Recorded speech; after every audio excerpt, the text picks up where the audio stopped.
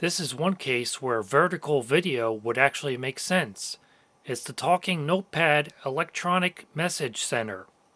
This ungainly plastic contraption was designed to hang on your refrigerator door, and the complete set included an electronic recorder, detachable organizer, 2 blank tapes, pad and pencil, magnets for refrigerator mounting, and extra mounting accessories for other surfaces. It was designed to be your family's complete home message center. Now everybody can leave and receive clear recorded messages at the touch of a button. The family will love it. Hang it on the fridge or the side of a cabinet or anywhere you like. Then choose the 20-second loop cassette for everyday messages or use the 2-minute tape for extra long messages. The endless loop design means your message plays as long as you like until you turn the unit off or record a new message. Never miss a message again. And they claimed it was the fastest, easiest way to leave those detailed messages that are too much trouble to write. And it lasts over 1 year on 4 AA alkaline batteries, not included, when used twice a day. It was made by Maverick Industries Incorporated of Union, New Jersey, ironically just a few miles away from the thrift store where I found it. And there, shown actual size, is one of the new mini micro endless loop cassettes it uses, not to be confused with either a mini cassette or a micro cassette because it's neither of those. It's its own unique endless loop format. And I love these examples they gave. Honey, I went shopping with Sue. I've put chicken in the marinade so we'll barbecue tonight. You make that great salad of yours and turn on the grill. I'll be home about 7. Oh, I almost forgot. Johnny, make sure you finish your homework before any TV. So here it is. Packaged in original styrofoam. We have the unit itself. Some paperwork. Here's the tray with the pencils and notepad. And there's one of the cartridges, and the other one is in the unit itself. And oh dear, even though it looked unused, it has some very, very old Duracell batteries in it. Hopefully I can clear all this out and get it to work. Thankfully, the amount of damage to the battery contacts was minimal. I think those batteries were old enough that they still contain mercury, and in my experience, those old batteries were less prone to leaking, and when they did eventually leak, it was less damaging to the battery contacts than modern alkaline batteries. And check that out. That's how much those old leaky batteries distorted the plastic of the battery cover with their constant pressure of the bulging, leaking batteries. After installing new batteries, it does show some signs of life.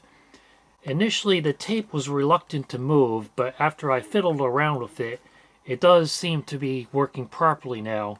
The volume control was very scratchy, as you might expect. I did try dribbling down some contact cleaner in the gap between the knob and the case, but it didn't have much effect, so I'll probably need to open this up to fully clean this control. And when you press the on button, the tape moves continuously. It does not auto-stop when it reaches the end.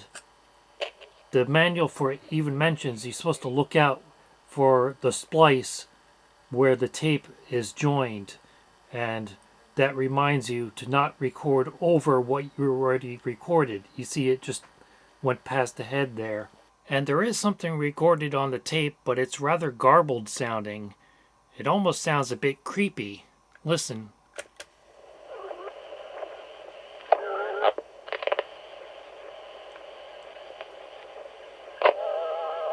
Was 1988.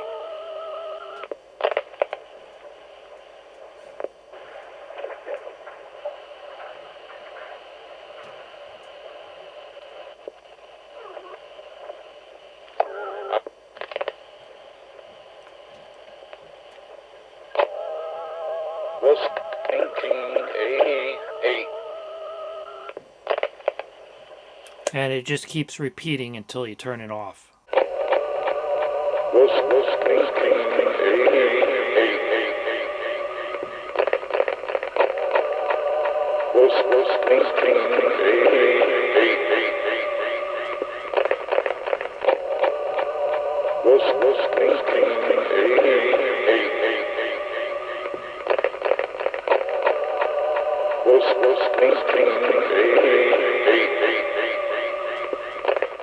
And for a size comparison, here is that mini micro cassette that the machine came with compared to a mini cassette, a micro cassette, and a pocket rockers tape, which is its closest cousin.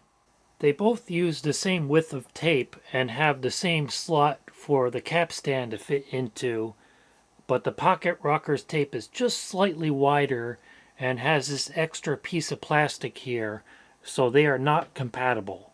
Also, the internal pinch roller in the Maverick tape is spring-loaded, while in the pocket rockers tape it is fixed, it does not move.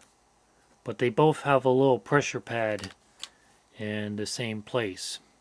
Despite having their name on them, these tapes were not designed by Maverick. They were made by a company called Bandai, and they were also used in a singing Elvis doll and a novelty jukebox that Tecmo did a video about. So these are actually Bandai micro cartridges. That's what this talking notepad is using. However, there is one minor difference in that these do not have the foil splice to let the machine know when it's reached the end of the loop. That's the actual splice right there, and there is a little piece of splicing tape holding the two pieces of tape together, but it does not have any foil coating on the outside. So that is one difference between these and the Bandai micro cartridges. And I did try also playing the 2-minute tape, but there's nothing recorded on it. Now I'll try making my own recording on it. I queued it up to where I just saw that splice go past the head. And what you're supposed to do is turn it on and then hold down the recording button for as long as you want to record. And this button will pop up to remind you that a new recording is waiting to be played. So here we go. This is my first test recording on the talking notepad, found in the original box with very old batteries in it, which I cleared out, and now it seems to be working okay.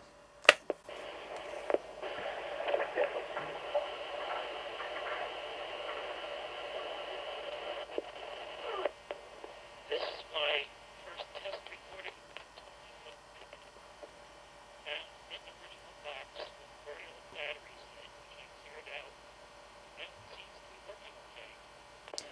Well, it did sort of make a recording, but it was very quiet and distorted.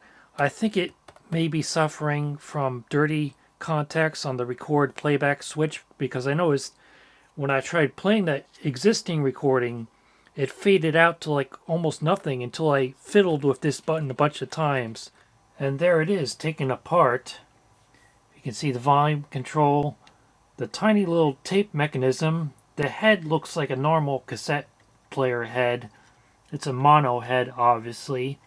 There's a little capstan, and here's that recording playback switch I sprayed some contact cleaner into and activated a bunch of times. And I made a mistake of pressing this without holding down this button, and it launched it right into my face, because they'll just pop off the springs entirely. The motor was made by Sanco. Again, it looks just like a standard cassette recorder motor. And there's a closer look at the tape mechanism. One thing I noticed is that there's no separate erase head, so it must be doing the erasing directly into the main head here, which also records and plays. The one integrated circuit is a KA2212, and I don't know if that's a date code on it, 725, maybe 1987. And there is one adjustable trimmer here, maybe for adjusting the speed of the motor or the recording level. And on the underside of the lid, you can see the speaker and the microphone, and there's the mechanism for the recording button. I have to speak right up close to the microphone, because even after cleaning the controls several times, it's still making very weak and distorted sounding recordings. I don't think the bias is working correctly on this recorder.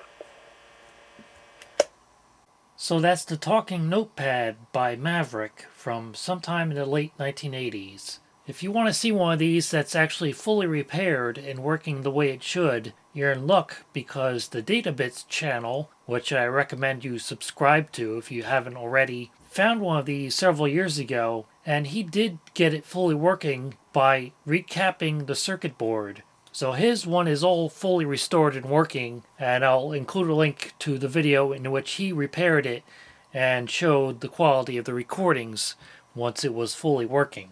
And as for mine, at least I got a free notepad and pencil out of the deal.